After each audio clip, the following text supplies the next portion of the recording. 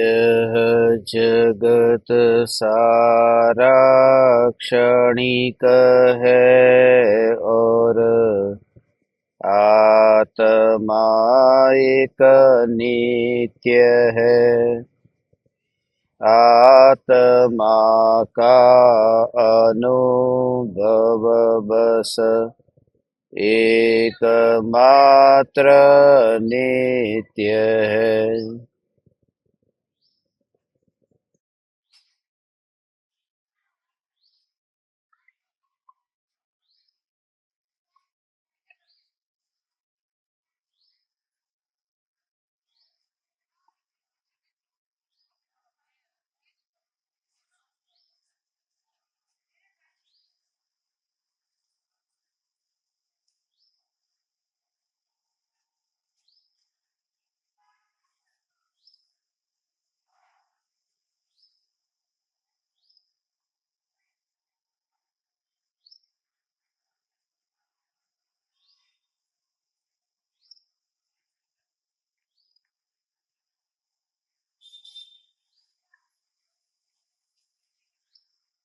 चैतन्य स्वभावी भगवान आत्मा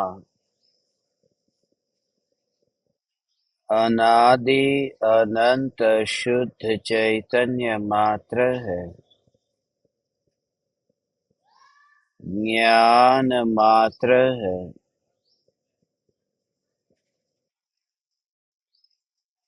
मैं शुद्ध चैतन्य मात्र, ज्ञान मात्र, भगवान आत्मा हूँ। प्रति समय यह जागृति बनी रहे। इस जागृति का नाम धर्म है।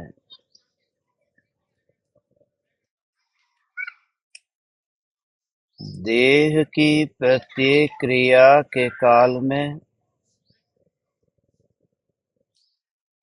और विकल्पों के बहते प्रवाह के काल में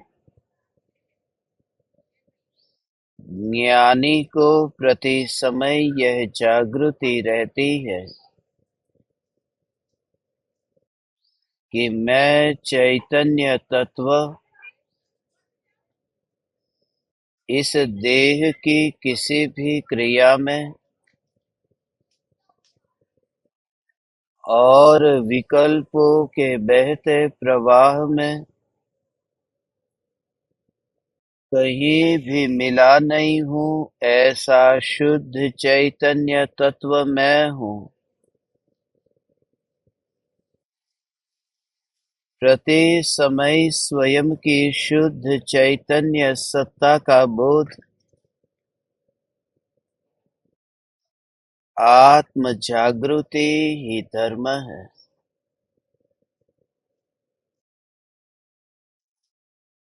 चैतन्य तत्व की स्व संवेदन प्रत्यक्ष निर्विकल्प अनुभूति होते ही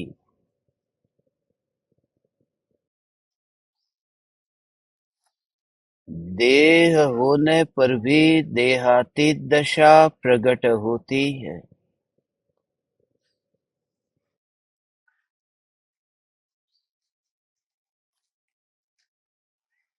अनादिकालीन शंका के आवरण के भीतर छुपा साक्षात समाधान स्वरूप चैतन्य परमात्मा अनुभव में आता है।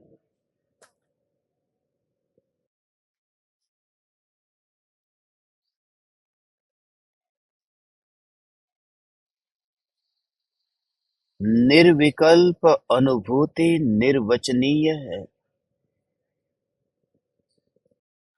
जिस निर्विकल्प अनुभूति में जहाँ विकल्प के लिए भी अवकाश नहीं है, वहाँ वाणी का परिणमन और काया का परिणमन तो अत्यंत दूर है। वाणी अनुभूति के निकट नहीं आती। यह अनुभव अनुभव है और वाणी वाणी है।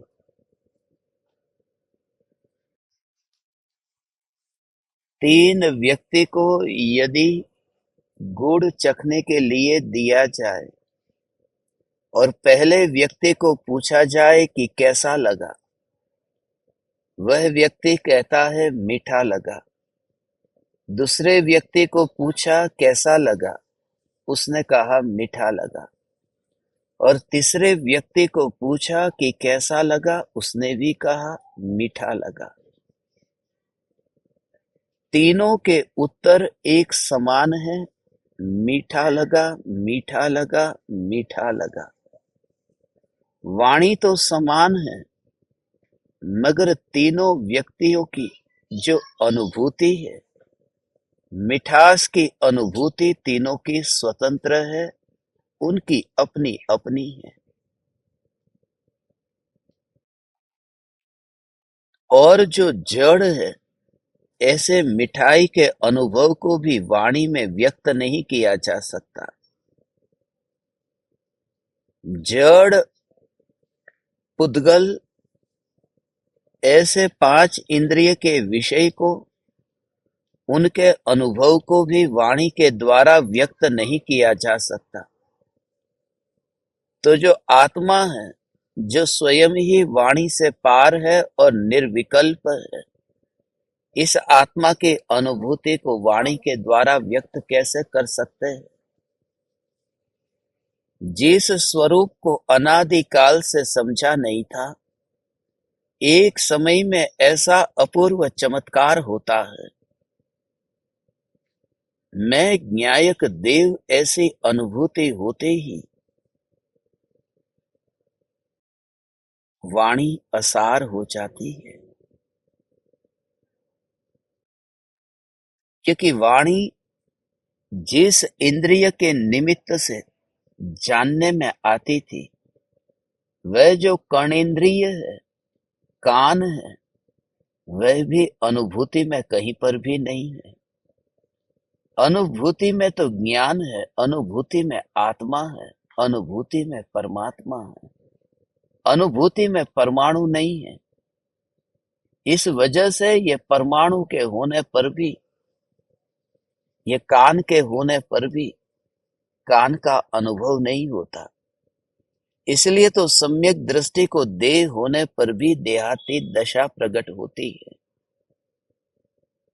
जड़ पदार्थ उनके स्थान पर है और ज्ञान ज्ञान ज्ञान ज्ञान ज्ञान में अनुभव में आता है।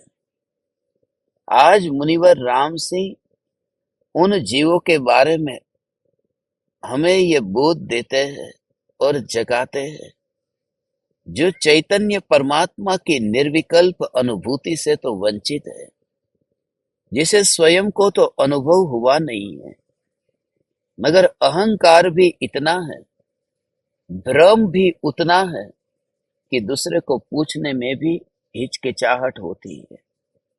जो स्वयं तो मार्ग को जानते नहीं, मगर जो मार्ग को जानते हैं, उनको पूछने में भी उन्हें संकोच होता है, उन्हें शर्म आती है, उनके अहंकार को झटका लगता है। इसलिए आज मुनिवर राम सिंह सरल, सहज और जिज्ञासा से भरने को कहते हैं।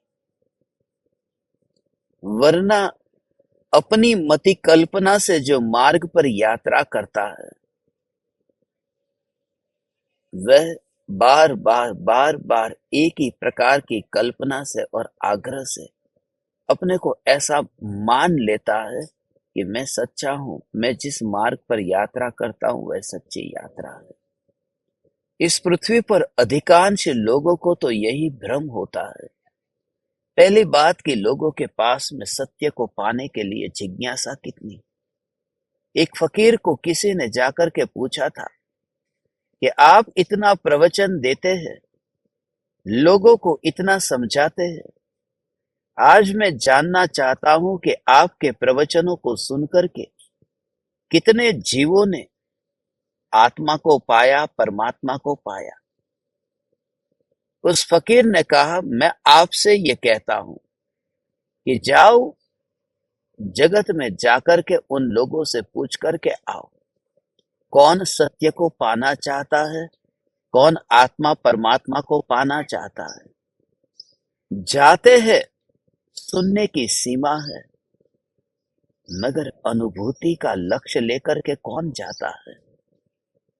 बच्चे को धार्मिक बनाना चाहते हैं, मगर यदि वह बच्चा एक अकेला है, माँ बाप की इकलौती संतान है, और यदि बचपन से ही वैराग्य से भर जाए, बचपन से ही यदि मुनि धर्म की यात्रा करने लगे, तो माँ बाप को भी भय लगता है, इस वंश का, इस कुल का एक ही तो दीपक है, ये कुल दीपक है, और वह भी छोड़कर चला जाएगा तो भय लगता है।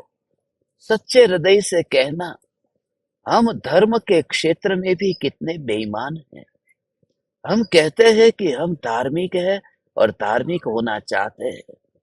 हम कहते हैं कि हम धार्मिक बच्चे में धर्म के संस्कार डालना चाहते हैं, मगर ये सब मन के खेल है।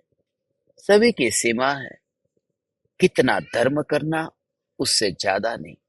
कितना स्वाध्याय करना, उससे ज्यादा नहीं। इसलिए तो हमने पूरा बांध करके रखा है।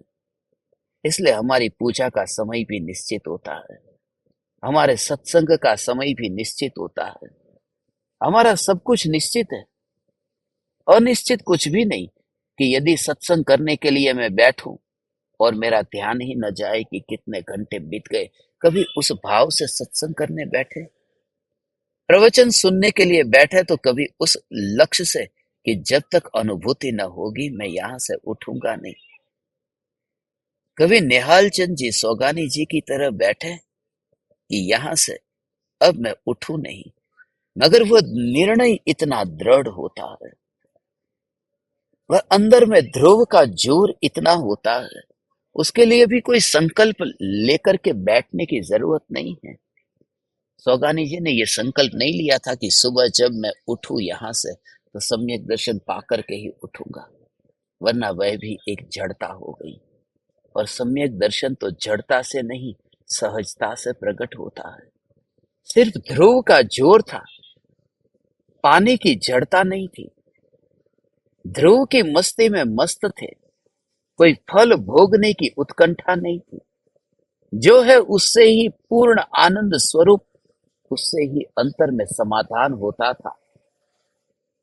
किसी गुरु के द्वारा सुने हुए वचनों से समाधान में असंतुष्टि थी, इस वजह से ही तो उन्होंने पाया। ऐसा जीव जो सचमुच ही पाना चाहता है। हम कहते हैं कि हम पाना चाहते हैं, मगर सचमुच पाना नहीं चाहते। कहते हैं कि दुख संसार में भरा है, मगर उस दुख को मैं सुख में कैसे रूपांतरित कर दूं। उस दुखमय जीवन में भी मैं ये चैतन्य के संस्कार को कैसे अंदर में बो। दुखमय जीवन में चैतन्य को मैं, चैतन्य का बीजारोपण करूं। दुखमय जीवन में जहर तो मैं छोड़ूंगा ही नहीं, मगर ये जो अमृत मुझे मिला है, उस अमृत को मैं जहर में कैसे मिलाऊं। मगर पीऊंगा तो मैं जहर ही। मैं चैतन्य परमात्मा की पुकार तो सुन लूं, मगर भोगूंगा और सुख तो मानूंगा उन इंद्रियों के विषयों में ही। ये माया, अपने साथ की गई ये माया। उस माया से मुक्त होने के लिए आज का ये दोहा है। हे ज्ञान दीपक, अंतर में ये तत्व विचार कर कि तूने सत्य मार्ग को जाना या नहीं, क्योंकि मार्ग का पता जब यात्रा करते हैं तब चलता है। जब यात्रा करते समय अंदर में इतनी शांति का अनुभव हो तो समझना कि यात्रा सही दिशा पर है। जैसे कोई ये कहता है कि अभी हम सुख को भोगने का प्रयास करते, मगर अंत में हाथ में आता है दुख। अब हम उल्टा करेंगे, सुख को भोगने का प्रयास करते हैं और दुख मिलता है। अब दुख को भोगेंगे तो सुख मिलेगा। जो महलों में रह करके सुख को भोगना चाहते हैं, अंत में उन सम्राटों को दुख के अलावा क्या हाथ आया? सिकंदर को मरते समय क्या मिला? तड़प ही तो तड़प थी। जग को जीतते समय उतनी तड़प नहीं थी जब वो मरते समय तड़प रहा था। इसलिए क्योंकि जग को जीतने के टाइम पर एक आशा थी कि एक बार जग को जीत लूं तो सुख मिलेगा, और मृत्यु के समय वह आशा का सहारा भी न रहा। वहां तो निहत्था हो गया। सैन्य था मगर फिर भी अकेला था। भीड़ थी मगर एकांत। वह अंदर का जो आत्मा का स्वभाव है उसे कोई ढक नहीं सकता। सिकंदर तड़पते हुए मरा। जो व्यक्ति सुख को भोगता है वह दुख को पाता है। इसलिए कुछ लोगों ने ये कहा कि हम दुख को भोगेंगे, कपड़े उतार करके नग्न होकर के वन में रहेंगे, हम धूप में खड़े हो जाएंगे, हम अकेले गुफा के अंदर चले जाएंगे, हम खाने पीने का त्याग कर देंगे, भूखे प्यासे रहेंगे। इस प्रकार की तपस्या करके सुख को पाना चाहा, मगर उससे भी सुख मिलता नहीं है। क्योंकि जो मार्ग है उस मार्ग में ही यदि दुख मिलता हो, पसीना होता है, शरीर दुर्गंधमय होता है, धूल उसके ऊपर चिपकती जाती है, पसीने वाला शरीर, नग्न शरीर, धूल चिपकती जाती है, स्नान है, तब तो और देह की हालत ऐसी, और अंतर में चैतन्य की सुवास का कोई अनुभव नहीं है, अंतर में चैतन्य के आनंद का कोई रस चखा नहीं है। इसलिए वह दुर्दशा अत्यंत दयनीय है। ऐसी स्थिति में वह ना तो झुक सकता है, ना तो वह समझ सकता है।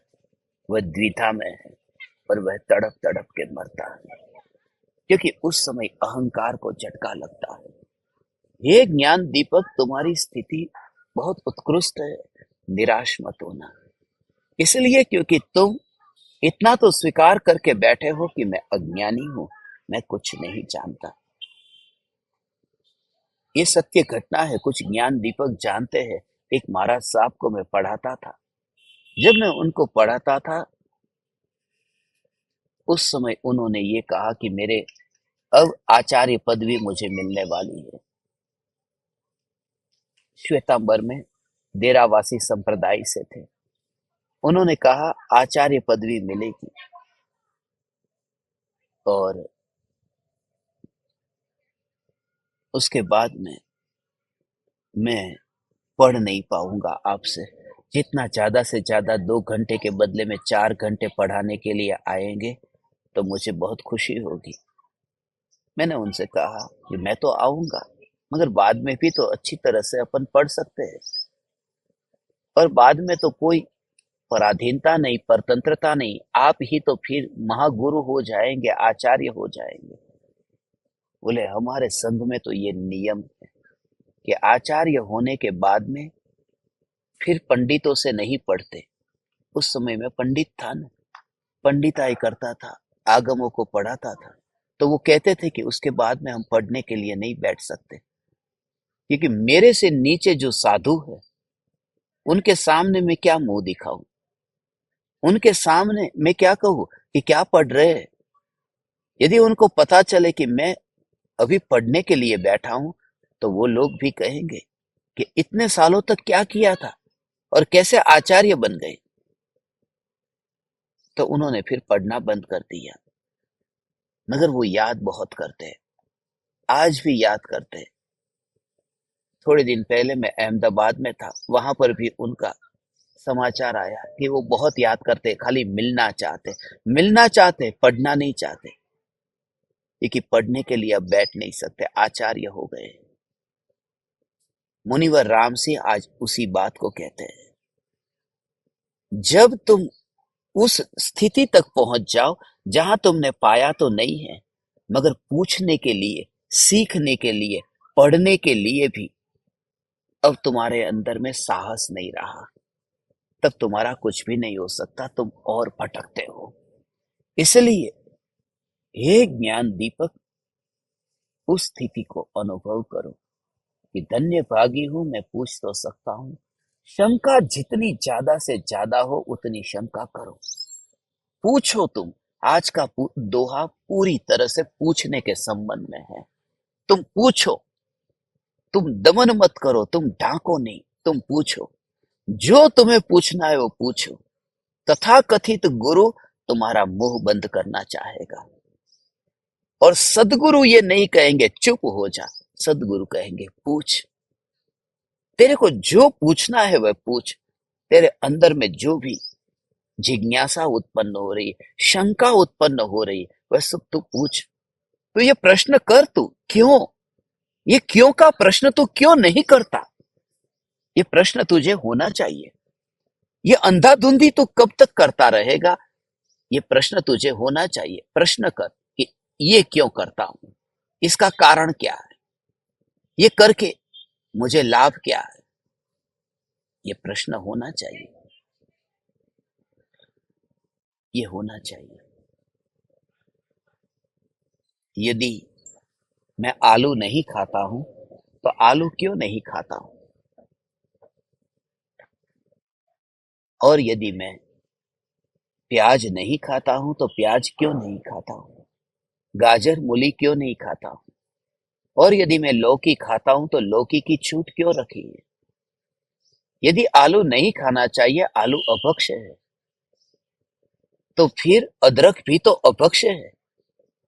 तो जो हरा अदरक है वह तो नहीं खाना चाहिए, मगर सुखाने के बाद में सौंठ हो जाए तो फिर वो खा सकते हैं।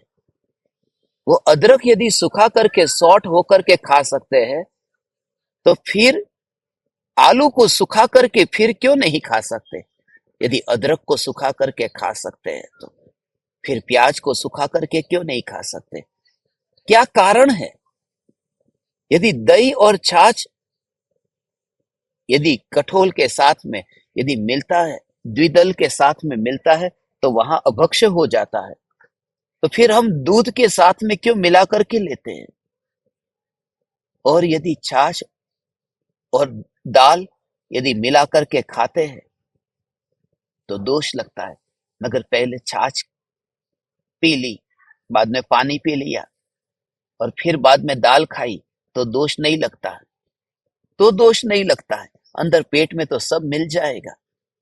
मगर वो मुंह में लार में जो जीव है, वो लार के अंदर ही वहां द्विदर होता है। ये क्यों होता है? क्या पेट के अंदर भी वहां पर ऐसे तत्व नहीं होते? मगर इतने प्रश्न है, मैं 1000 प्रश्न आप ज्ञान दीपकों को पूछूं तो 1000 में से एक का भी उत्तर आपको नहीं आता होगा। एक का भी नहीं आता होगा, मेरी गारंटी है। और मेरे पास में 1000 प्रश्न है ऐसे, एक का भी उत्तर आपको नहीं आता। और नहीं आता उसमें कोई तकलीफ नहीं है। खास बात यह है कि उसका पालन आप सब कर रहे हैं, उस नियम का पालन तो कर रहे हैं। तो ये पालन कर रहे हैं, वो क्यों कर रहे हैं? उसी का नाम कुल परंपरा है, उसी का नाम अंधाधुंधी है, उसी का नाम अंदर से स्वयं के निर्णय के बिना ये अंधश्रद्धा है। और हर एक का कारण है, मैं ये नहीं कहता ये सब झूठा है, कारण सभी का है। मगर कारण समझ करके यदि उसका पालन हो तो कुछ भाव भी आएगा, समझ भी होगी। और जो चैतन्य कनेक्शन का हमने ग्रुप शुरू किया है, उस ग्रुप में अभी हमने कुछ वीडियोस उसी प्रकार के बनाने प्रारंभ किए हैं। उसी प्रकार से कि जो चैतन्य स्वरूप को समझने के लिए इतने जिज्ञासु है, इतनी उत्कंठा से जो भरे हैं, उन बच्चों को मैं खास कहता हूं, तुम तो बूढ़े हो गए, तुम्हारे में तो साहस नहीं रहा। मगर छोटे बच्चे हैं, मासूम है, नादान है, भगवान का रूप है, और सच है वो कह देते हैं। वो तो कोई बिना बाल का आएगा तो कह देगा अरे ये टकलू निकला, मगर बड़ा है वो नहीं कहेगा अरे आपका सिर बहुत ही तेज वाला है, सूर्य के तेज की तरह आपका सिर तो चमक रहा है। बच्चा सीधा कह देगा टकलू निकला। बच्चा है वो भगवान का रूप है। इसलिए उन बच्चों के साथ में मैं मिलना चाहता हूं। आपके बच्चों को उस तरह से तैयार करना चाहता हूं। उन्हें कहता हूं कि तू पूछ, तुझे जो पूछना है वो पूछ। जिनके पास में उसका उत्तर नहीं है, कारण नहीं है, समाधान नहीं है, वो कहेंगे चुप हो जाओ क्योंकि ये शास्त्रों में लिखा है। मगर उसका कारण तो कुछ होगा नहीं। और परम कृपालु देव अंधाधुंधी नहीं करते। परम कृपालु देव प्रत्येक प्रत्येक प्रत्येक कार्य का कारण कहते हैं। प्रत्येक सिद्धांत के पीछे कुछ न कुछ कारण कहते हैं।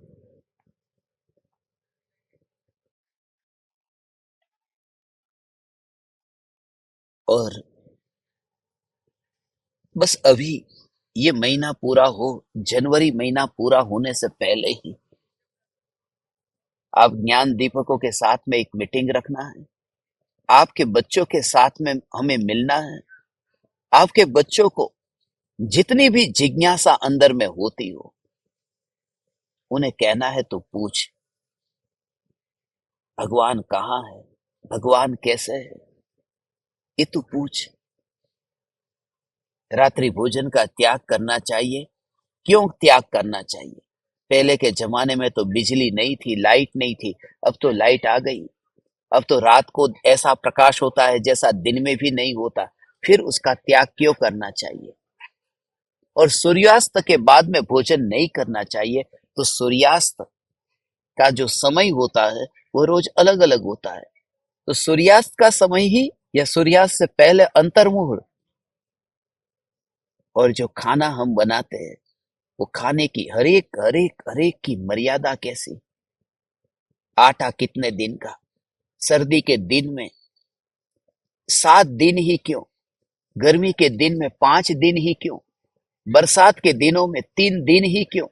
हर एक के पीछे कुछ न कुछ कारण होता है। वह कारण क्यों है?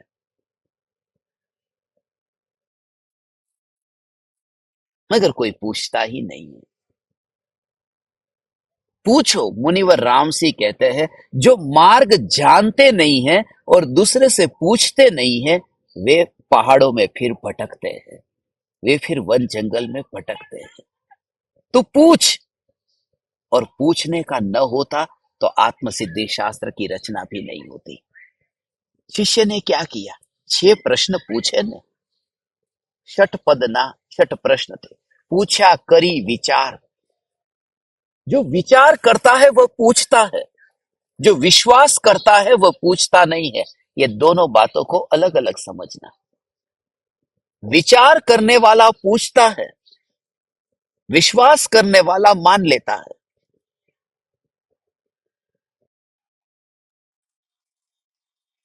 और वहीं से अंधश्रद्धा शुरू होती है।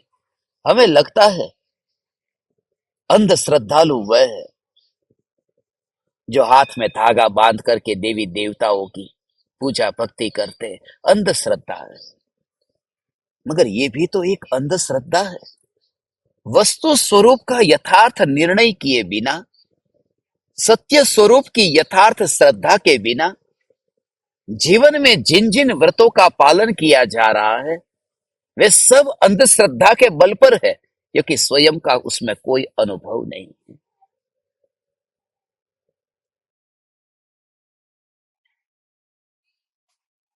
प्रत्येक व्रत तप शील संयम का कारण क्या है? नरक और स्वर्ग का कारण क्या है? उसकी रचना किस प्रकार की, उसका भी कारण क्या है? 6 महीने 8 समय में 608 जीव ही मोक्ष में जाते हैं, तो उतने ही क्यों जाते हैं? कुछ कारण जानने के लिए जिज्ञासा हुई। 608 ही क्यों निकलते हैं? 609 क्यों नहीं? 607 क्यों नहीं? तू पूछ ने, उसका कारण पूछ। और आप में से किसी भी ज्ञान दीपक ने आज तक कुछ भी नहीं पूछा।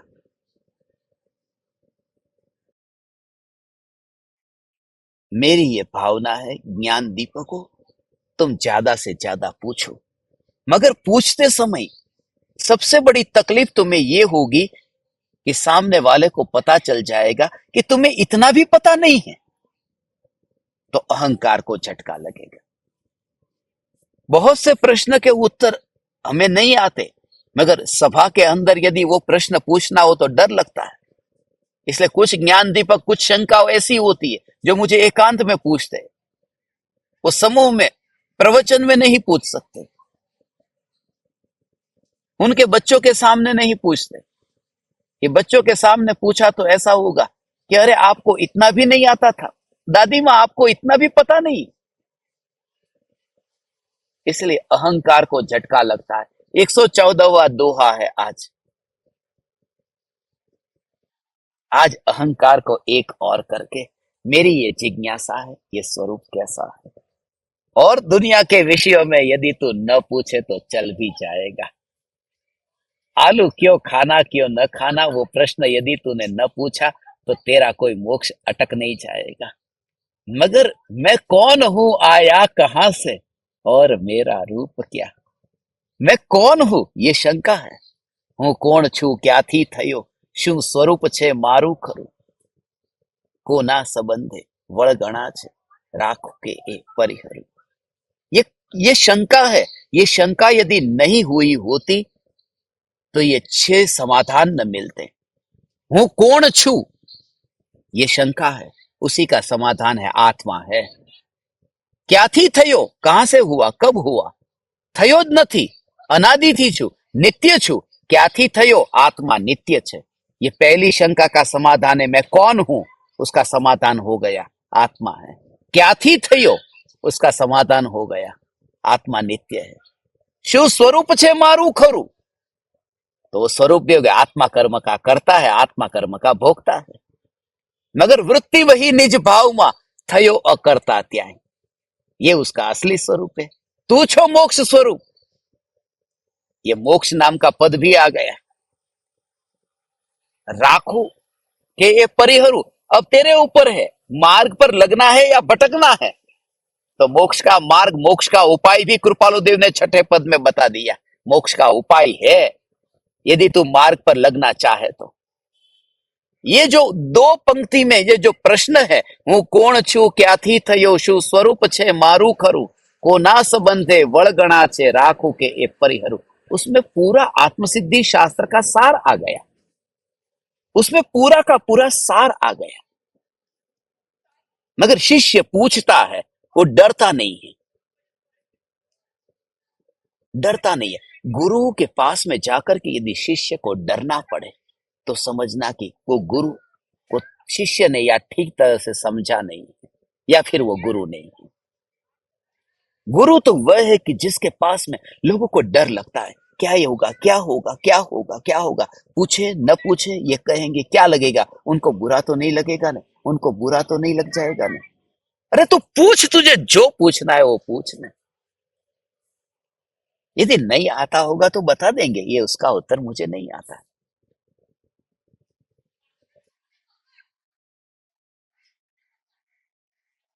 एक छोटे से बच्चे ने मुझे पूछ लिया कि हमें फिल्म देखने के लिए जाना है, क्या आप फिल्म देखने साथ में आएंगे।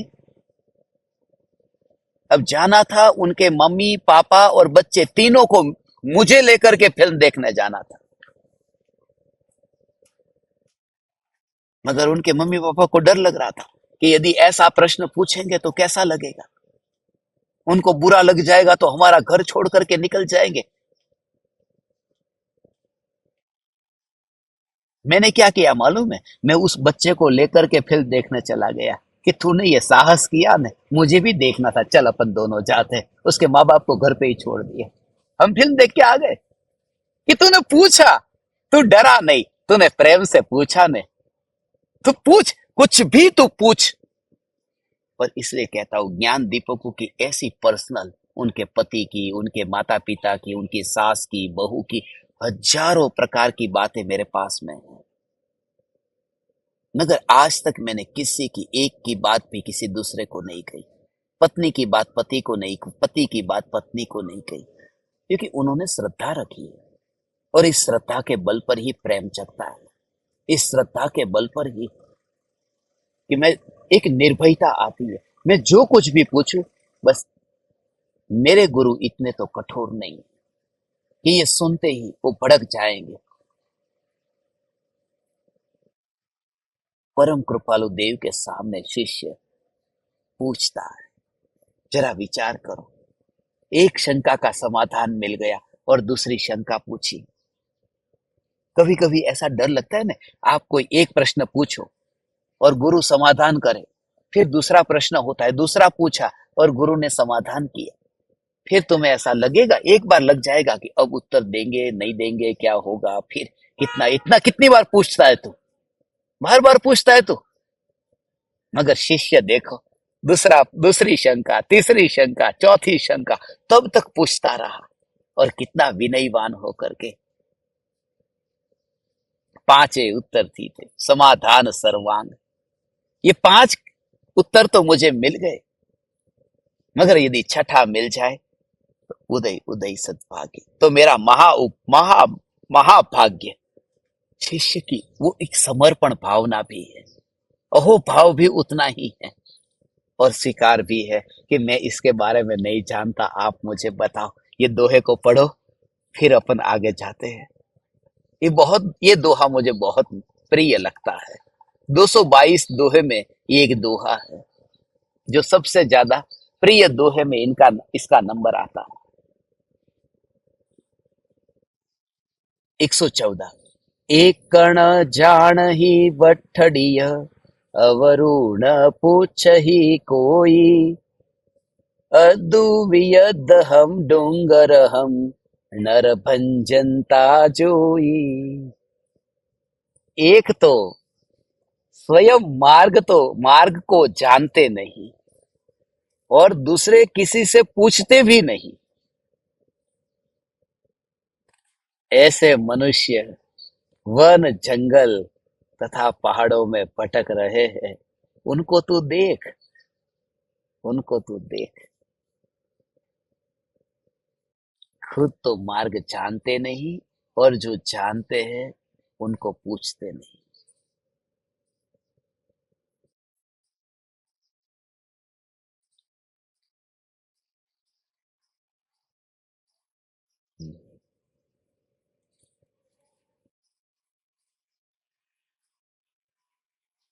जरूरी नहीं। मैं ये नहीं कहता कि मुनिराजों को सभी शास्त्रों का ज्ञान होना चाहिए, मुनिराजों को सभी शास्त्र पढ़ने चाहिए, सभी शास्त्र कंठस्थ होने चाहिए। मगर यहाँ ये कहते हैं कि जो कुछ भी आप करते हैं, जो कुछ भी आप करते हैं उसे व्यक्त करो, आपकी स्थिति क्या है पता चले। जो जानता है उसके पास जाकर के पूछो, पूछो। शंका करने में कोई दोष नहीं है, शंका करो। जितनी ज्यादा शंका तुम में होगी, उतनी ही सत्य को पाने की संभावना ज्यादा है। पूछो तुम, पूछो तुम। और एक बात मैं आपसे कहता हूँ, हे चैतन्य परमात्मा, जितनी शंका जितनी शंका तो पूछे, और गुरु की ओर से समाधान मिले, वो समाधान वाणी या फिर लिखा हुआ वचन द्वारा या लेखन द्वारा यदि तुझे मिला, उससे तू संतुष्ट हुआ, तो फिर कुछ लाभ नहीं है। वहां से जो समाधान मिले, और उसे तू साधना में, जब तू ध्यान में, जब तू तत्व विचार में बैठे, वहां पर उस विचार के काल में उसे घटित करना। क्या मेरे गुरु ने ये कहा था, ये सत्य है, क्या ये घटित हो रहा है? हो रहा है, बस। यदि हो रहा है तो प्रमाण मानना। क्योंकि जैसे जैसे मार्ग पर यात्रा करते हैं, ऐसे ही मार्ग के नेता पर, मोक्ष मार्ग से नेतारम, मोक्ष मार्ग के नेता पर फिर श्रद्धा होती है। जब किसी व्यक्ति को आपने मार्ग पूछा, फिर उस व्यक्ति ने कहा पहले आप जाओ सीधा, फिर बाएं जाना, फिर दाएं जाना, फिर सीधा जाना, फिर दाएं जाना, फिर बाएं जाना, फिर सीधा जाना, वो जगह आ जाएगी। और आप जा रहे थे, और आप दाएं गए, फिर आगे गए कि बाया रास्ता आया, फिर बाएं की ओर मुड़े, फिर एक सीधा रास्ता आया। ये आप जब से रास्ते पर चलते हैं, तो वो रास्ता बताने वाले पर श्रद्धा बैठती है कि उसने बताया था वो सच था, सच था। यद्यपि वो व्यक्ति वहां तुम्हारे साथ न हो, मगर जब तुम रास्ते पर यात्रा करते हो तब तुम्हारे अंतर में उस व्यक्ति के प्रति जो अहोभाव बढ़ता है ना, बस उसी का नाम श्रद्धा है। गुरु की श्रद्धा क्या है? गुरु ने बोध दिया कि तू ज्ञान मात्र है। इस ज्ञान की अनुभूति में भगवान आत्मा इस ज्ञान ज्ञान ज्ञान में ज्ञान ही है, और ज्ञान ही अनुभव में आ रहा है, ज्ञान ही अनुभव में आ रहा है। और जितनी भी व्याकुलता है वह विकल्प की और राग की है, ज्ञान की नहीं है। जैसे ही तूने देखा कि कांच का गिलास फूट गया और आकुलता हुई, तुरंत अलग कर, ये आकुलता हुई वह राग का परिणाम है। ये जो ज्ञान हुआ कि गिलास फूटा, उसके कारण आकुलता नहीं है, उस ज्ञान से तो ज्ञान ही है और कुछ नहीं है। ये दुख तो राग से है।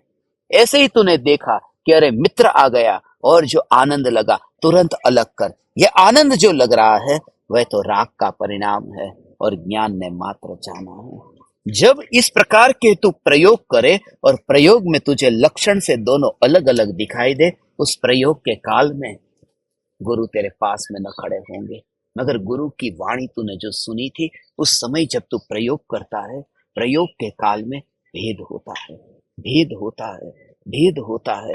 ज्ञान अलग, राग अलग, ज्ञान अलग, राग अलग। और उस समय जो तुझे राग से अलग ज्ञान का अहोभाव आता जाता है, जितना अहोभाव आता है उतनी गुरु की श्रद्धा दृढ़ हुई। वह अहोभाव ही तो गुरु का आदर है। अब फिर तो वो व्यक्ति उस जगह पर पहुंच करके पीछे जाए और फिर उस व्यक्ति के पैर पकड़ने जाए कि जिस व्यक्ति ने रास्ता बताया था, वो संभव नहीं है। दोनों की यात्रा अलग अलग है। चौराहे पर मिल गए थे, दोनों की गति अलग अलग है। चलो मंजिल भी एक हो, गति अलग अलग है, स्थिति अलग अलग है। सिर्फ अहोभाव से भरना, यही तो कारण है, यही तो कारण है। हे ज्ञान दीपक, यही तो कारण है कि गौतम स्वामी जब महावीर भगवान का आदर और विनय करते हैं, तब यहाँ पर स्वरूप में लीन होते हैं। दीपावली की शाम को, हे ज्ञान दीपक, हे चैतन्य परमात्मा, दीपावली की शाम को वे जब आत्मा में लीन होते हैं तो भगवान तो है ही नहीं, मगर जो महावीर भगवान ने 30 वर्षों से जो न्यायक का स्वरूप समझाया था, उसी न्यायक में उपयोग ठहर गया, उसी न्यायक में उपयोग स्थिर हो गया। जो न्यायक भाव का अहोभाव अनुभव प्रमाण से आ रहा है, बस यही तो महावीर भगवान का आदर है। महावीर भगवान के पास जाने का उपाय क्या है? यही तो उपाय है कि अपने में रहे तो महावीर भगवान के पास में पहुंचे, और महावीर भगवान के पास जाने का प्रयास करे तो स्वर्ग में पहुंचे, मोक्ष में नहीं। तो पुण्य बंध से फिर वो स्वर्ग में जाके भटके फिर। इसलिए गौतम स्वामी विनय करते हैं। जो मार्ग को नहीं जानते और दूसरे को पूछते भी नहीं, तो पूछ, बस पूछा क्यों नहीं, तो पूछ। जो पूछता नहीं है वह भी उतना ही अपराधी है। जानता नहीं है, नहीं जानता है तो फिर पूछा क्यों नहीं। अब तूने लाल बत्ती थी और गाड़ी चला दी और एक्सीडेंट किया। जब ट्रैफिक पुलिस ने तुझे पूछा कि एक्सीडेंट क्यों किया तूने, लाल बत्ती थी और गाड़ी तूने चला दी, वो ये नहीं कहता माफ करना लाल बत्ती में गाड़ी चला दी, वो ये कहता है कि लाल बत्ती होती है तब गाड़ी रोकनी चाहिए, उसका मुझे ज्ञान नहीं था, तो और बड़ी सजा मिलेगी। एक तो एक्सीडेंट हुआ और दूसरा उसको ज्ञान भी नहीं है। चल ज्ञान नहीं था वह भी चलता, मगर तूने जाना क्यों नहीं, तूने पूछा क्यों नहीं, तो पूछ। इसलिए गणधर देव शंका करते हैं। जितनी ज्यादा से ज्यादा शंका हो, बस वो जरूरी है। शंका हो, ये क्यों, उसका कारण क्या, शंका हो। इसलिए कहते हैं दुनिया के क्षेत्र में शंका नहीं करनी चाहिए, जगत के क्षेत्र में शंका नहीं करनी चाहिए, भीतर की यात्रा के लिए शंका करनी ही चाहिए। सीधी बात नहीं मान लेना। बाहर के क्षेत्र में शंका नहीं करनी चाहिए, वहां मान लेना, वहां सोचना मत। बाहर की सब बातों को ऐसे ही मान लेना, वहां सोचना मत। और भीतर की जो यात्रा है वहां पर विचार करना, उसे मान मत लेना, मान मत लेना। यदि माँ कहती है कि बेटा ये तेरे पिताजी है, तो वहां ये शंका मत करना कि उसका प्रमाण दो माँ, ये मेरे पिताजी कैसे है, उसको सिद्ध करके बताओ, उसका कारण बताओ। वहां ये मत करना, वहां कह देना धन्य भागी हूँ, मुझे ऐसे पिताजी का योग मिला है। हे पिताजी, आपका अहो अहो उपकार, आपने मुझे जन्म दिया, इस मनुष्य जीवन में मुझे लाया, आपसे मैंने यात्रा की और मैं सिद्ध पद की यात्रा के लिए यहाँ पर आया, आपका अहो अहो उपकार। वह इस प्रकार से बात करना। अगर गुरु कहे कि तू परमात्मा है, हाँ मैं मान लेता हूं मैं परमात्मा, ऐसा नहीं, ये परमात्मा है क्या, उसका स्वभाव कैसा है, वह अब तक प्राप्त क्यों नहीं हुआ। यदि अनंत शक्तिशाली है तो कर्म इतने हावी होकर के क्यों बैठे हैं, कर्म आत्मा पर इतनी चढ़ाई क्यों करते हैं, फिर अनादि से ये आत्मा हारता ही क्यों गया, मरता ही क्यों गया। हे गुरुवर, उसका समाधान कीजिए। मैं नहीं जानता, आप मुझे बताइए। मैं नहीं जानता, मैं नहीं जानता, मगर उसके लिए झुकना पड़ता है, क्योंकि बकरी को पानी पीने के लिए नदी में झुकना पड़ता है, झुकना पड़ता है, ऐसे ही तो झुकना पड़ता है। मगर झुकने के लिए तो अहंकार छूटे। यही तो कारण है कि देशना बाद में मिलती है और विशुद्धि पहले। देशना तीसरे नंबर पर है और विशुद्धि दूसरे नंबर पर। 5 लब्धियों में सुना है ने, क्षयोपशम, विशुद्धि, देशना, प्रायोग्य और करण। तो क्षयोपशम के बाद में विशुद्धि है, शुद्धि नहीं, विशुद्धि कही। क्षयोपशम के बाद में विशुद्धि, विशुद्धि के बाद में फिर देशना, ये यहां से, और देशना के बाद में फिर वो प्रयोग करता है और प्रयोग से फिर प्राप्ति होगी। मगर पहले यहां से शुरुआत तो करें, विशुद्धि तो हो। विशुद्धि माने जिसका क्रोध, मान, माया, लोभ थोड़ा अब पतला हुआ है, ढीला हुआ है, जिसका ये आग्रह अब थोड़ा घटता गया है कि मैं ही सच्चा हूं, मैं कुछ नहीं जानता हूं, मैं अज्ञानी हूं, मैं अज्ञानी हूं। जो जितना अपने को कह दे कि मैं अज्ञानी हूं, उतना ही वह अंतर की अनुभूति और ज्ञान को पाने के लिए सुपात्र है। मैं अज्ञानी हूं।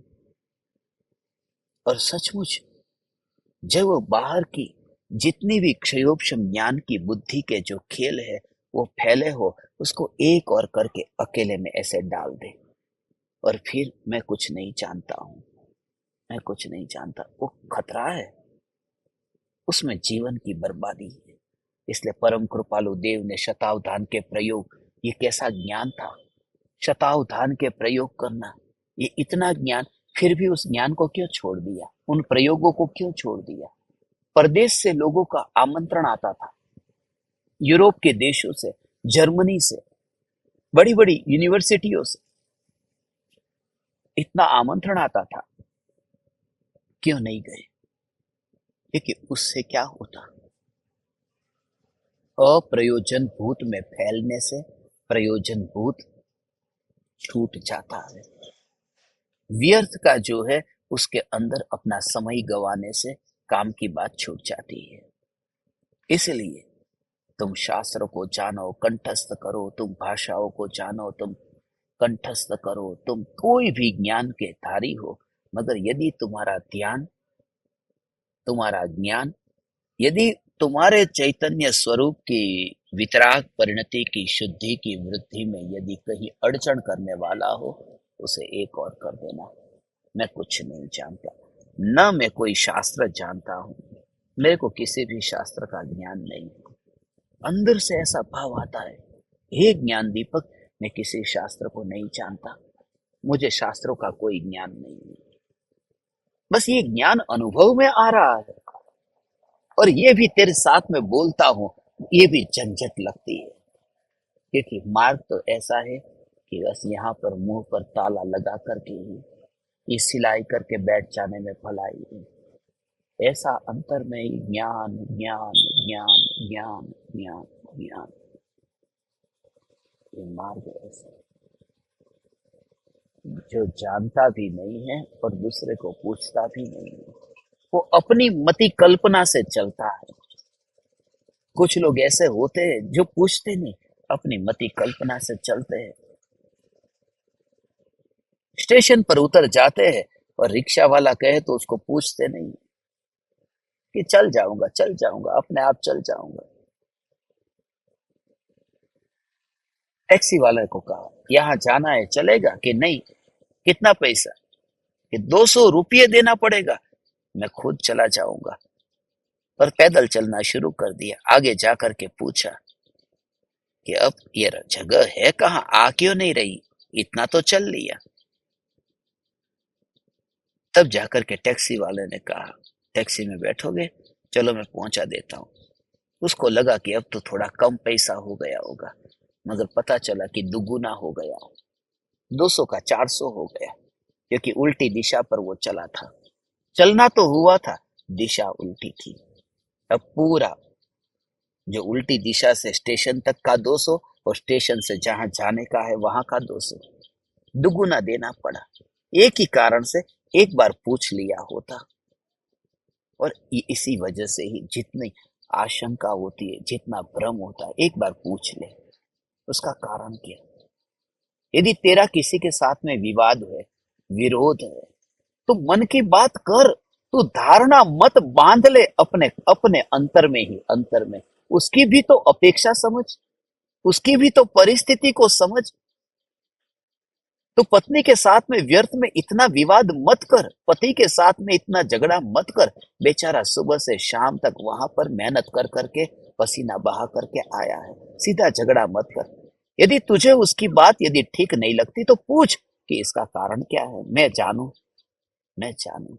हो सकता है आपकी अपेक्षा, आपका दृष्टिकोण कुछ अलग हो, मैं भी उसे समझू, मगर पूछ ले तू। क्योंकि अज्ञानता से बहुत बड़ा भ्रम पैदा होता है, धारणाएं तैयार होती है, और उन्हीं धारणाओं से फिर कषाय का अंदर में मैल इकट्ठा होता जाता है। फिर वो इतना गाढ़ होता है कि विकृत रूप धारण कर लेता है। इसलिए बस तू एक बार पूछ तो ले, पूछ ले कि सत्य क्या है। हे गुरु, हे गुरुदेव, ये सत्य स्वरूप क्या है? और आपको यदि नहीं पता और आपने मुझे बताया कि ये मैं नहीं जानता, ये मैं नहीं जानता, तो भी आप गुरु है तो गुरु ही रहेंगे। क्योंकि मैंने आपको गुरु उस ज्ञान की वृद्धि के कारण नहीं माना था, मैंने आपको गुरु उस सरलता के कारण माना था। और फिर आपने आज एक और सरलता का प्रमाण दिया, ये कहकर इसके बारे में मैं नहीं जानता, और मेरी श्रद्धा आप में दृढ़ हो गई। हे गुरुदेव, आपकी सरलता को मैं प्रणाम करता हूँ। इस प्रकार से जा, पूछ, उत्तर न मिले तो भी लाभ ही है कि ऐसे सरल गुरु मिल गए हैं, कोई बात नहीं। और उत्तर मिले तो भी लाभ है, क्योंकि तेरा अज्ञान दूर हुआ। उत्तर मिलने में तेरे अज्ञान से छुटकारा है।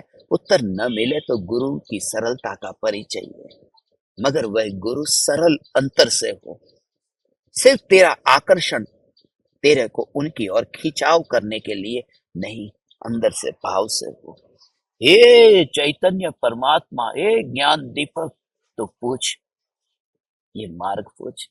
और उसके लिए तो बस, उसके लिए बस ये अंतर की विशुद्धि है या नहीं, गुरु ये देखता है। जेब में माल है कि नहीं, वहां कोई पक्षपात नहीं है। वहां तेरी विशुद्धि है या नहीं, तेरे पास में धन है या नहीं है, तेरी जाति, तेरा कुल कुछ भी नहीं है, तेरा तप, तेरा बल, तेरी शक्ति कुछ भी नहीं है। तेरी जिज्ञासा और विशुद्धि कितनी है, और तू पूछ। ये मशीन भी पक्षपात नहीं करता। आज मोबाइल के अंदर मानो तुम्हें कहीं जाना है, अब यहां से मुझे अहमदाबाद जाना है, और मैंने मोबाइल में ये डाला, जीपीएस में, गूगल मैप के अंदर मैंने डाल दिया, और मैंने ऐसे ही बटन दबा दिया। अब वो ये नहीं कहता कि तेरी जेब में 5 रुपये या 50 रुपये या 5 करोड़ है, बता तेरे पास में कितना है। वो कहेगा इंटरनेट है कि नहीं है, बस उस इंटरनेट की सुविधा उसमें है। यदि इंटरनेट नहीं है तो करोड़पति होगा तो भी कुछ लाभ नहीं है, वो नहीं दिखाएगा। और इंटरनेट है तो जेब में 1 रुपया भी नहीं है, फिर भी वो दिखा देगा, क्योंकि उसकी कंडीशन इंटरनेट है। ऐसे ही शिष्य जब गुरु के पास जाता है तो उसके पास कितना धन है, कौन सा कुल, कौन सी जाति, कौन सा कैसा रूप, गोरा काला मोटा पतला कुछ नहीं, उसके अंदर में जिज्ञासा कैसी है, वो उत्कंठा कैसी है। हे चैतन्य परमात्मा, ये उत्कंठा से वो कितना भरा है। इसलिए यदि उत्कंठा के अलावा गुरु ने कुछ भी देखा, ये बाहर के रूप रंग, तो समझना कि तू उस जगह के लिए नहीं है, तेरे लिए कोई और गुरु हाजिर है। तू बच गया, वहां से तू बच गया। देखो मुनिवर राम सिंह की ऐसी अनहद करुणा, अनहद करुणा, जो मार्ग को जानते नहीं है और दूसरे को पूछते भी नहीं है। ऐसे लोग अपनी मति कल्पना से ही चलते हैं और भटकते हैं। वहां तो उन्हें कोई और मिलता भी नहीं है, कोई सुविधा नहीं। इसलिए आप देखो, अभी आप मोबाइल का उपयोग करते हैं, दीक्षा लेने के बाद में महाराज साहब वो उपयोग नहीं कर सकते। अभी आप कंप्यूटर का उपयोग करते हैं, अभी आप वाहनों का उपयोग करते हैं, प्रवचन में जाना हो, शिविर में जाना हो, कहीं पर भी किसी कार्यक्रम में जाना हो तो आप उसका उपयोग कर लेते हैं। तो अभी की स्थिति में सत्य जब तक नहीं जानते हैं तब तक ये सब साधन है ना। अब ये अभी से ही ये सब का त्याग मानो आपने कर दिया होता, तो ये जो सुनने को मिलता है वो सुनने को भी नहीं मिलता, और अंतर की दशा तो प्रकट हुई ही नहीं थी। तो घर पर बैठ करके और न जाने कितनी विकृति होती, और अज्ञान ऐसा का ऐसा पड़ा रहता। तो सुविधा मिली, उसका उपयोग करो, जितना भी हो सके पूछो, तो पूछो। मगर पूछते समय शंका स्वयं की हो, दूसरे की नहीं। ये कभी मत कहना लोग कहते हैं कि हमें रात को खाना नहीं खाना चाहिए, उसका कारण क्या। ये लोग कहते हैं कि हमें जमीन का नहीं खाना चाहिए, उसका कारण क्या। दुनिया की शंका मत करना, तेरी शंका क्या है, तेरी शंका क्या है, तेरी बीमारी क्या है, तू अपनी बीमारी को बता। उस डॉक्टर के पास में ज्यादा समय नहीं। अभी थोड़े दिन पहले ही बा ने मुझे बताया, रायपुर वहां पर गए थे ना, दुर्ग में तो गिर गए, राजनांदगांव में गिर गए, तो उनको डॉक्टर के पास में लेकर के गए थे। तो डॉक्टर के पास में अब मोटा भाई साथ में थे। तो डॉक्टर ने कहा, पूछा डॉक्टर ने, क्या हुआ बताओ। तो मोटा भाई ने कहा, हम गुजरात में रहते हैं, गुजरात से यहाँ राजनांदगांव में शिविर में आए थे, और मेरा जो भाई है वो यहाँ पर प्रवचन देने के लिए आया है, और ये बा है वो यहाँ प्रवचन उन्होंने बोला, खबरदार आगे की कुछ बात कही। मैंने ये पूछा है कि वो कैसे गिरे, बस। ज्यादा झंझट क्यों करते हो, काम की बात करो। तुम्हारा बोले इतनी अच्छी बात प्रवचन की बता रहे थे कि आत्मा पर प्रवचन सुनने के लिए, बोले कुछ भी नहीं सुनना मेरे को। वो गिरे उस समय, वो कितनी ऊंची जमीन थी और उनका हाथ कैसे नीचे झुका था, जब नीचे गिरे तो कितनी देर के लिए बैठे रहे थे। वो बस वहां काम की बात करो ना। प्रवचन का टॉपिक उस दिन कौन सा था वो बताने की क्या जरूरत है। और डॉक्टर भड़क गए, बिल्कुल गुस्से में वो आ गए।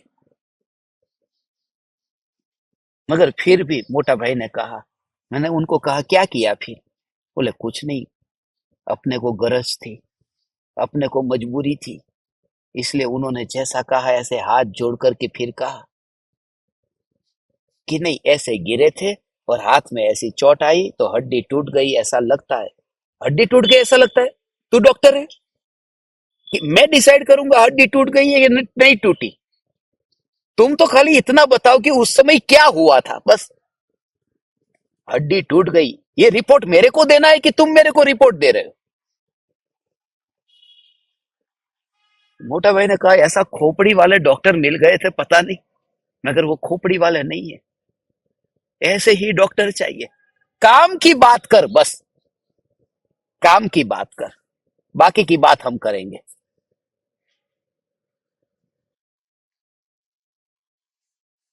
अब तू आकर के गुरु के सामने कहता है मुझे सम्यक दर्शन प्रकट नहीं हुआ है। अरे नहीं हुआ, ये सर्टिफिकेट तो वो देंगे कि तू दे रहा है। तू तो ये बता तेरे अंदर क्या चल रहा है बस। सम्यक दर्शन हुआ या नहीं हुआ वो गुरु बता देंगे। तू अपनी दशा को व्यक्त कर। सत्य तो यह है कि सच्चा शिष्य अपनी दशा को व्यक्त नहीं कर पाता, और यदि वो व्यक्त कर दे जैसा है ऐसा, पूरी तरह से, पूरी तरह से पापी हूं, विकारी हूं, दोषी हूं, पुण्य के भाव आते हैं, ऐसी स्थिति है, ये सब यदि वो बता दे, ऐसा दीवाना पाए बिना नहीं रह सकता।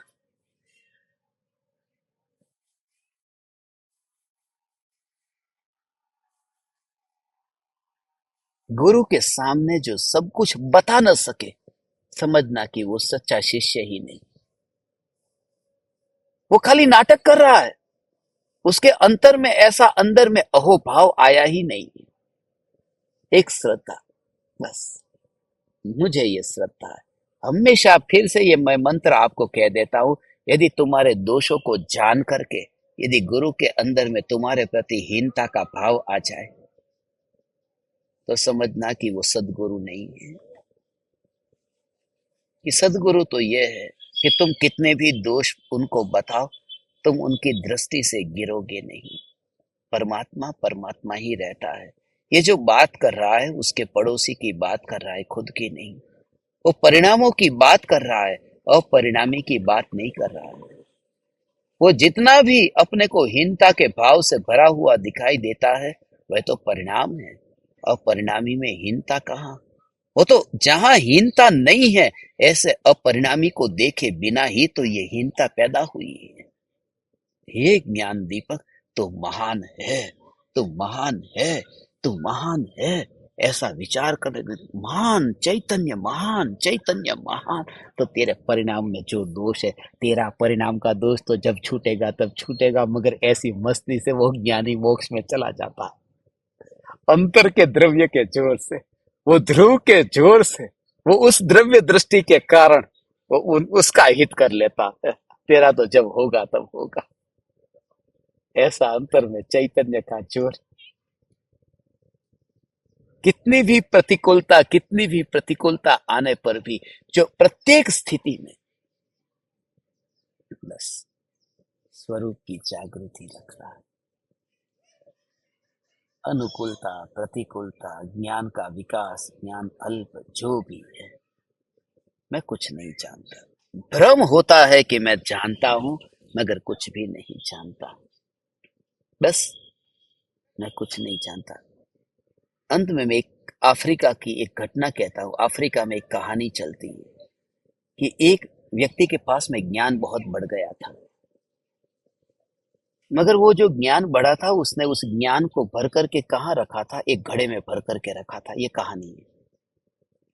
मटका था, मटके के अंदर ज्ञान को भर करके रखा था, मगर उसे डर लगा कि यदि ये ज्ञान लोगों के पास में पहुंच गया तो मेरी महिमा क्या रहेगी, मेरी विशेषता क्या रहेगी। इसलिए ये ज्ञान मैं लोगों को नहीं दूंगा, बांटूंगा नहीं, अपने पास ही रखूंगा।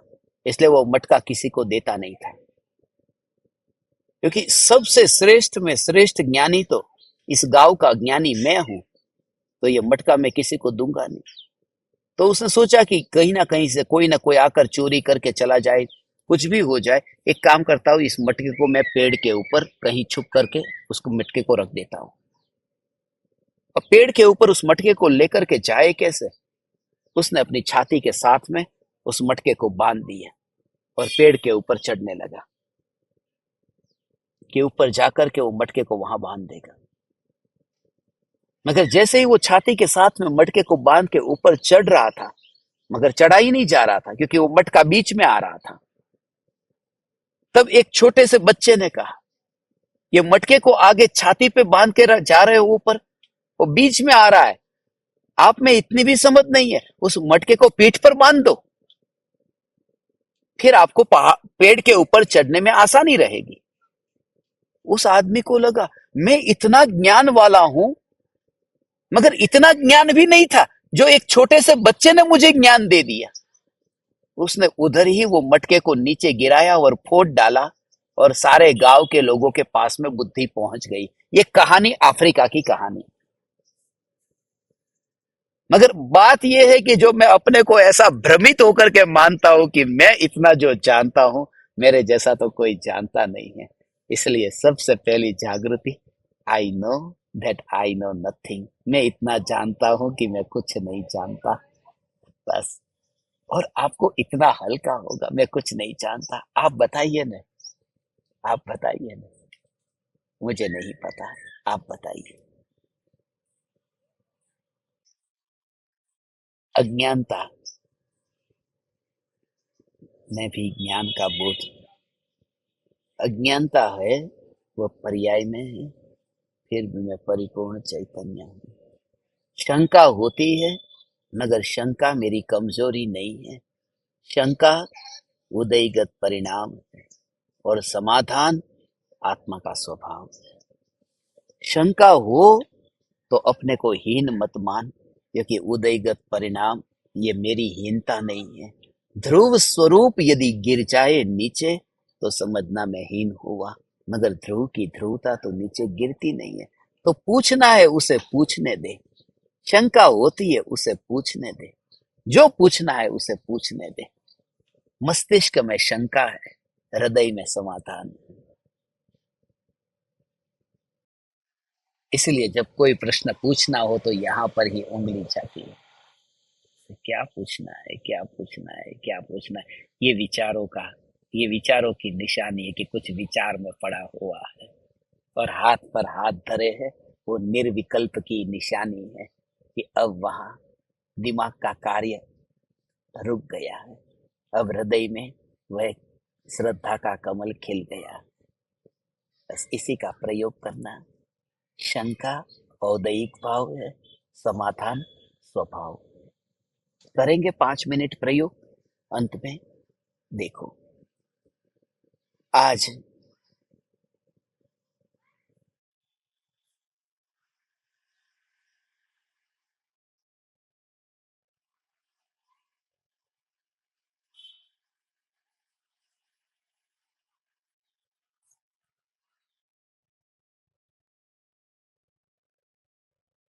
शंका औदयिक भाव है। शंका क्यों हुई? एक तो विकल्प से हुई, गौतम स्वामी को भी हुई थी, विकल्प से हुई थी। अज्ञानता है इसलिए शंका होती है। जानने का राग है इसलिए शंका होती है। शंका दो जीवों को नहीं होती, एक केवली को नहीं होती, और दूसरा असंगनी को नहीं होती।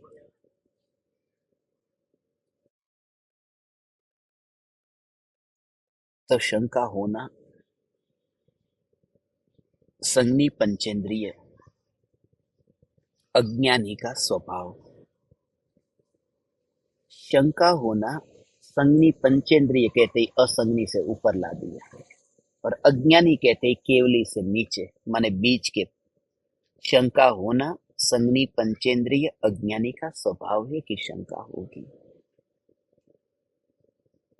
साधारण से साधारण अज्ञानी को भी, कृपालु देव जैसे ज्ञानी के शिष्य को भी शंका होती है।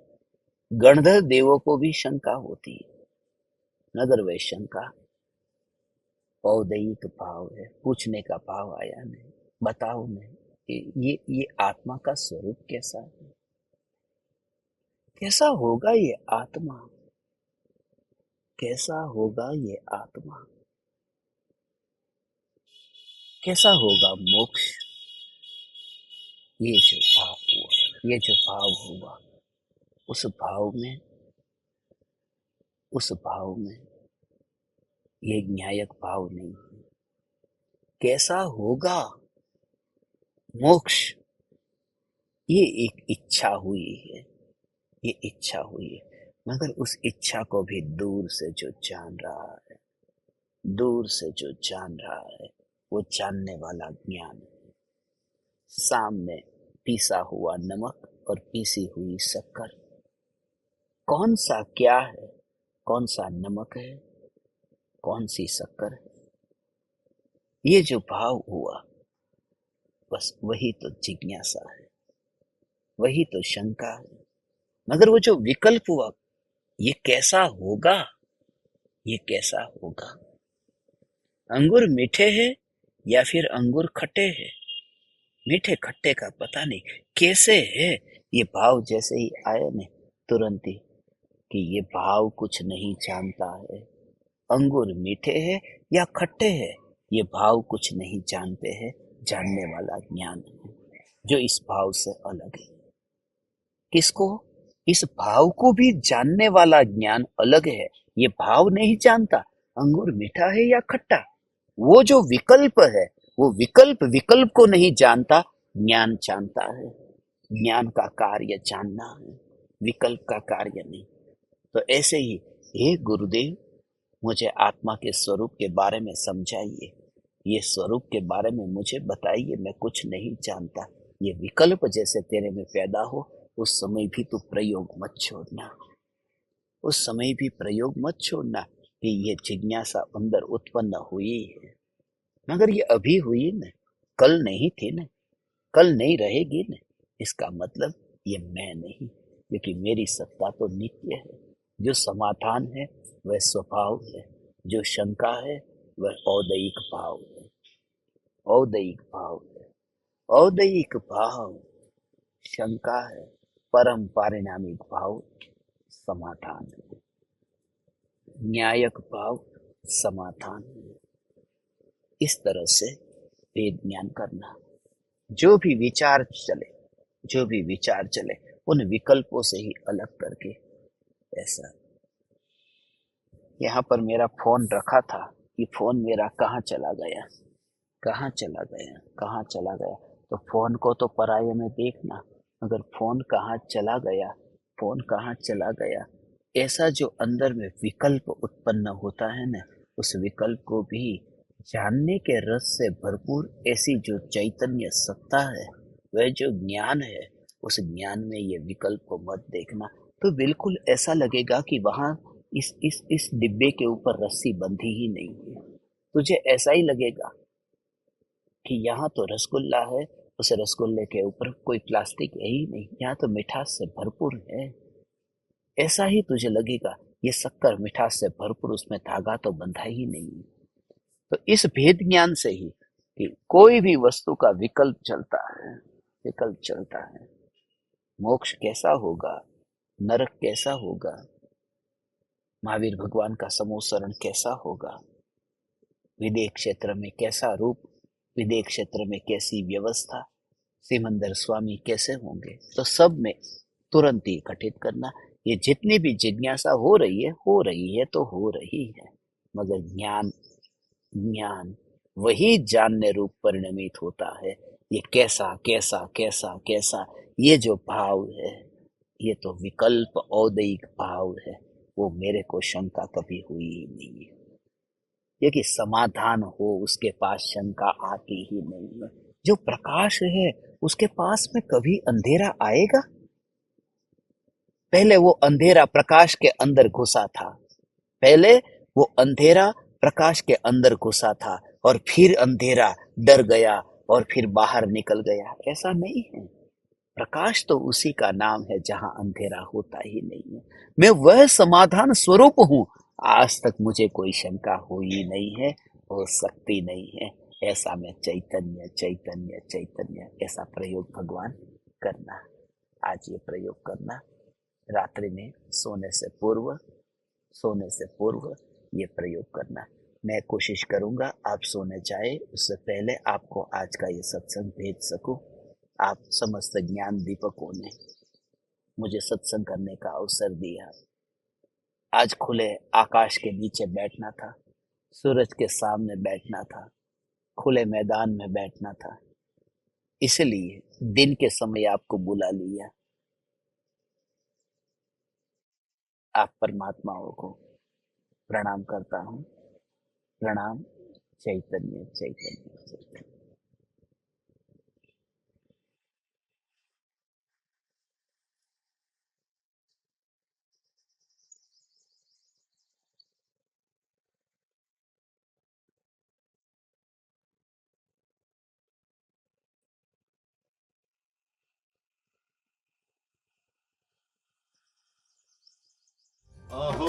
अहो श्री सद्गुरु करुणा सिंधु अपार, इस पामर पर प्रभु किया आहो आहो उपकार, आहो आहो उपकार। देह सहित जिनकी दशा वरते देहातीत,